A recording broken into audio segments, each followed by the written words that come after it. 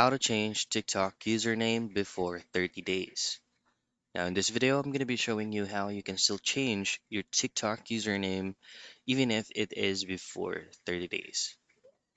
So, of course, open up your TikTok application and make sure that you're logged in into the account where you would like your username to be changed on TikTok.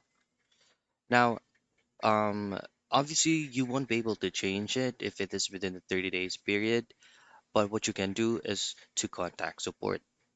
Head into your profile and then at the top right, hit on the three lines, choose on settings and privacy, scroll all the way down to the bottom part of this field, choose on help center, choose on report a problem, scroll all the way down once again and change it into need more help.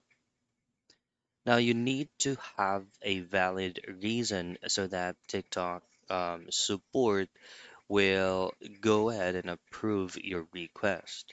From here, choose on account, and then you will receive a automated replies from here. You just choose on the designated response according to your query.